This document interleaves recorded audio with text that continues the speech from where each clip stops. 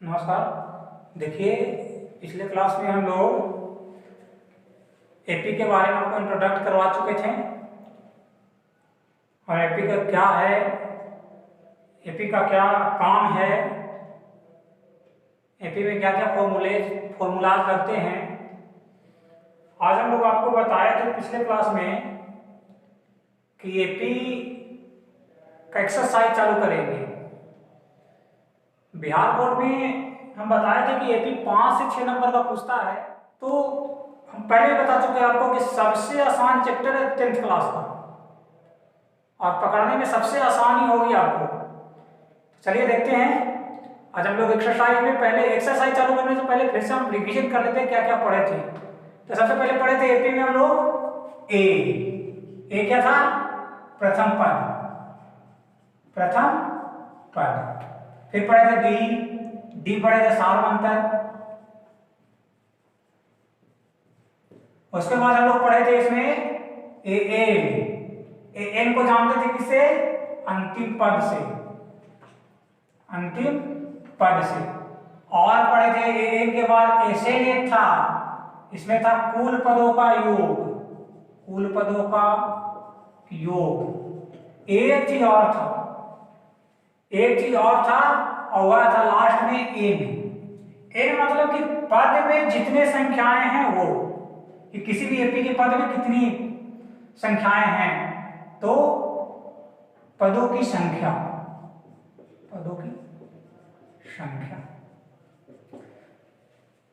आपको हम बता चुके थे पिछले क्लास में कि एपी क्या है? 2 है, 4 है, 6 है, 8 है, 10 है। क्यों भाई? इसमें भी 2 है, इसमें भी 2 है, इसमें भी 2 है, इसमें भी 2 है, दो का अंतर है, इसलिए यह एपी में है। तो आज हम लोग एक्सरसाइज 5.1 देखेंगे और देखेंगे कि वह क्या कहता है।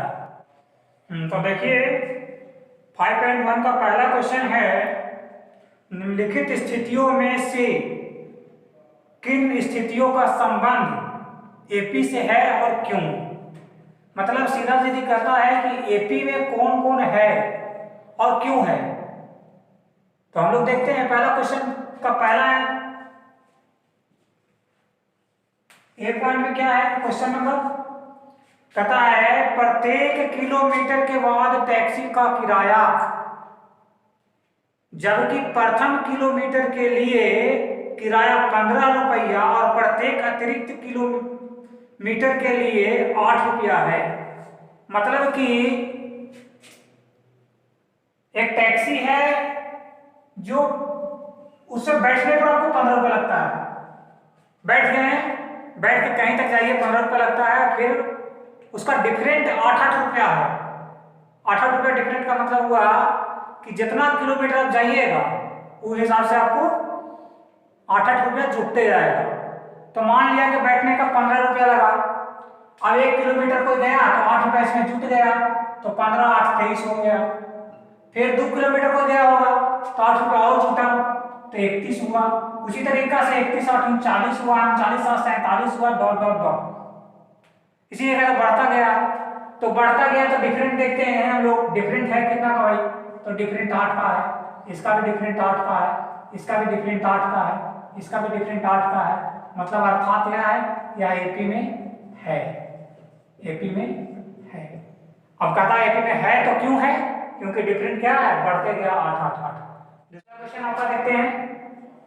दूसरा क्वेश्चन है, देखिए कहता है किसी बेलन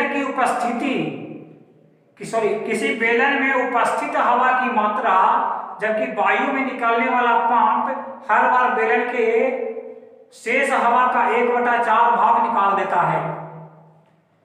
किसी बेलन में कितना आयतन होता है? किसी बेलन का आयतन होता है πr²h, लेकिन हम यहां पर लेते हैं कि बेलन में उपस्थित हवा कितना होगा? बेलन में उपस्थित हवा की मात्रा v होगी। v क्या होता है? v मतलब है आयतन है, जितना भी हवा है उसका आयतन है, आयतन की मात्रा है v। और हर बार कहता है कि 1/4 भाग निकाल देता है, तो 1/4 भाग निकाल देता है हर बार, तो बचता कितना है, तो बचता है 3/4 भाग। तो मान लिया कि पहला रहा भी, तो दूसरा हो गया इसका 3/4 भी।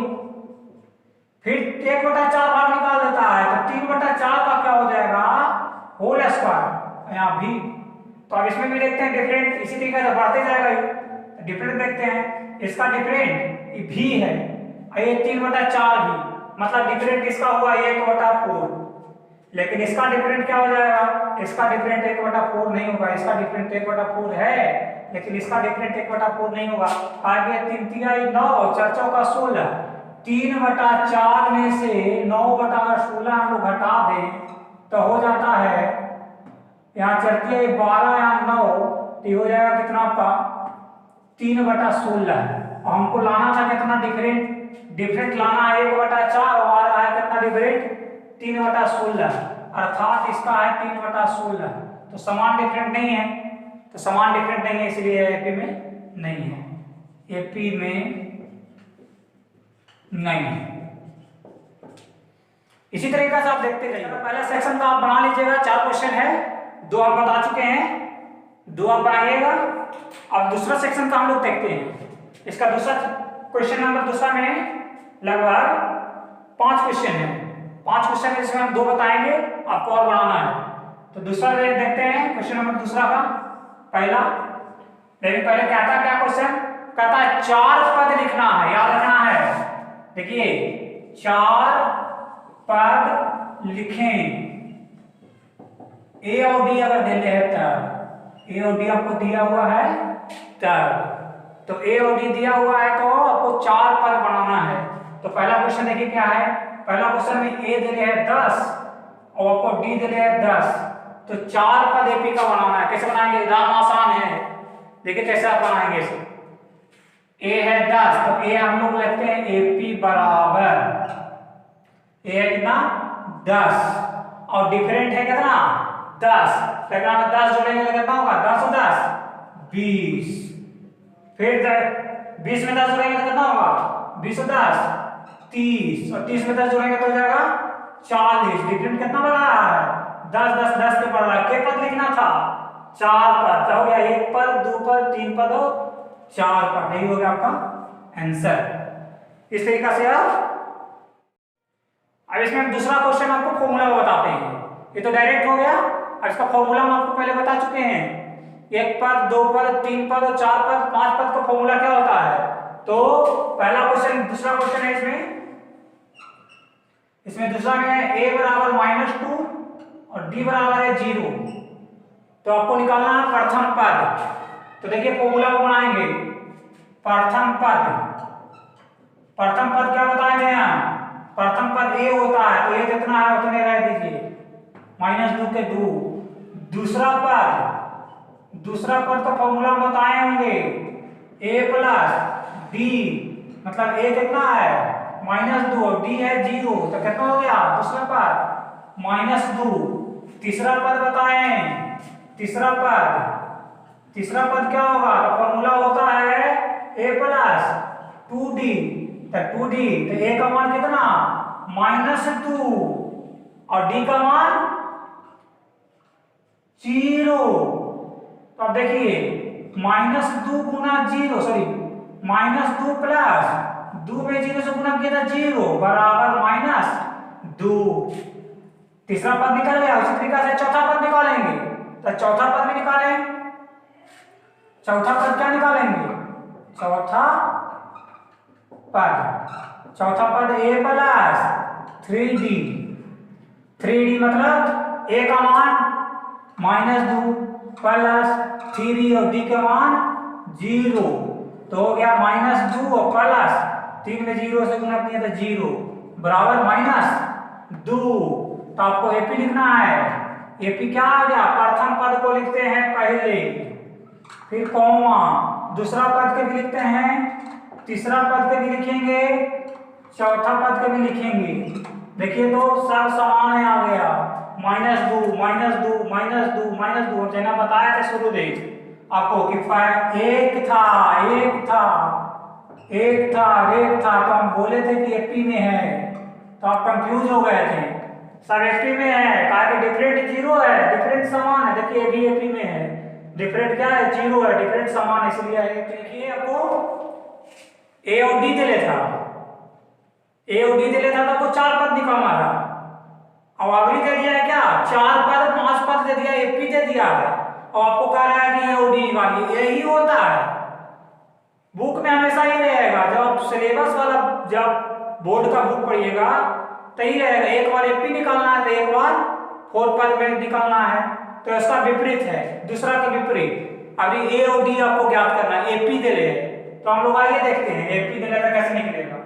तीसरा क्वेश्चन हम चलते हैं, तीसरा में हम पहला लेके चलते हैं। कहता है एपी के प्रथम पद और सार अंतर ज्ञात करें। सार अंतर कैसे ज्ञात करेंगे, देखिए ए है आपका, एपी लिखा हुआ, एपी दिया हुआ आपको, सॉरी यहाँ 3 1 -1 और -3, और निकालना क्या है, यहाँ लिखा हुआ है प्रथम पद और सार अंतर। यही दो चीज आपको निकालना है, प्रथम पद और सार अंतर। तो आइए देखते हैं कैसे निकलेगा। प्रथम पद तो आसानी से निकल गया, देखते निकल जाता है जी, प्रथम पद देखते निकल जाता है। प्रथम पद क्या है, क्या है, 3 है, प्रथम पद तो देखते निकलेगा। और सार अंतर कैसे निकलेगा, डी, सार अंतर कैसे निकलेगा, सार अंतर मतलब डी, तो डी बराबर निकलता है दूसरा पद, दूसरा पद माइनस प्रथम पद, प्रथम पद। तो दूसरा पद क्या है, 1 है, इसका दूसरा पद ही ना 1 है, और प्रथम पद क्या है, 3 है। तो सार अंतर कितना हो गया, एक में से घटेगा तो -2 हो गया। That's answer. इसी तरीके से आप इसको बनाइए। देखिए क्या कहता है, चौथा तो सूर्य दिन हम बता दिए थे, चौथा में सूर्य दिन बता दिया। कहता है कौन कौन एपी में है, और जो एपी में है तो फिर आगे 3 पद आपको लिखना है। तो चौथा का पहला में कहता है कि 2 है, 4 है, 8 है और 16 है। कहता है एपी में है, तो पहले चेक कीजिए डिफरेंट, डिफरेंट देखिए यहाँ 2 घट रहा है, यहाँ से यहाँ घट रहा है 4, और यहाँ से यहाँ घट रहा है 8। डिफरेंट समान नहीं है, इसलिए यह एपी में नहीं है, यह एपी में नहीं है। अब आप एक और इसका देख लेते हैं, जो एपी में रहेगा उसको देख लेते हैं। देखते हैं 10 नंबर क्वेश्चन इसमें है, ए है, 2a है, 3a है, 4a है। तो 10वां आप देखिए, अब 10वां में देखते हैं a है, 2a है, 3a है, 4a है।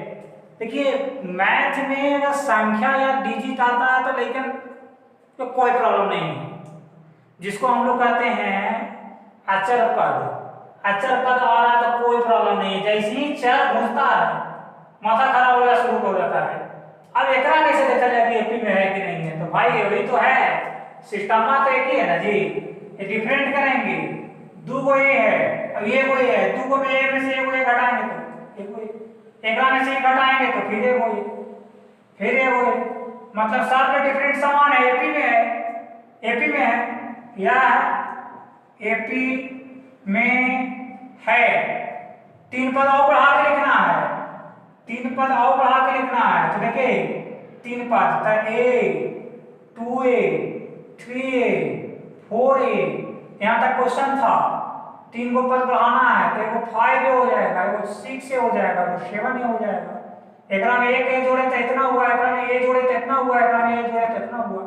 इस तरीका से आपको ये भी कंप्लीट करना है। इस तरीका से आपका एक चैप्टर कंप्लीट हो गया, 5.1 कंप्लीट हो गया। अब 5.1 में जो भी प्रॉब्लम हो आप हमसे ग्रुप पे पूछ सकते हैं। चलिए एक पार्ट तो कंप्लीट कर दें आप लोग। अब इसका क्या करना है, आपको इसको बनाना है, जो नहीं बने उसको कमेंट करना है, बना के आपको रखना है। जैसे कोचिंग खुलेगा आपको हम चेक करेंगे। अब हम आपको बताते हैं 5.2। 5.2 में क्या क्या क्वेश्चन हैं और कैसे कैसे काम होगा इसका आगे। तो 5.2 हम लोग स्टार्ट करते हैं। देखिए 5.2 प्रश्नावली, 5.2 प्रश्नावली में सबसे पहले क्वेश्चन है, सारणी दिया हुआ है, इससे रिक्त स्थान को भरना है। और रिक्त स्थान में कहीं कहीं पद ए दिले है, कहीं सार अंतर दिले है, कहीं एन दिले है, कहीं एन दे है, और बाकी सब जो नहीं दिया उसको ज्ञात करना है। तो हम लोग पहले सारणी बना लेते हैं। चलिए देखिए यही सारणी है आपका। सारणी में आपको दिया हुआ ए दिया हुआ है पहला क्वेश्चन में। तो पहला क्वेश्चन आप कैसे बनाएंगे देखिए, पहला क्वेश्चन में हम लिखते हैं इसका ए दिया हुआ है आपको, ए दिया हुआ कितना 7, डी दिया हुआ आपको कितना 3, एन दिया हुआ आपको 8 और निकालना क्या है ए एन। तो ए एन का फॉर्मूला आपको क्या जानते हैं निकालना है। तो ए एन का फॉर्मूला हम आपको बता चुके हैं क्या होता है A plus N minus 1 into D. तो ए के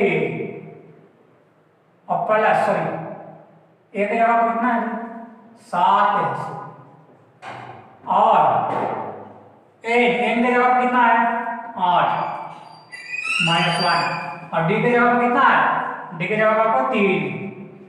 तो 7 प्लस 7 घट के आएगा अंदर वाला 7 गुना 3।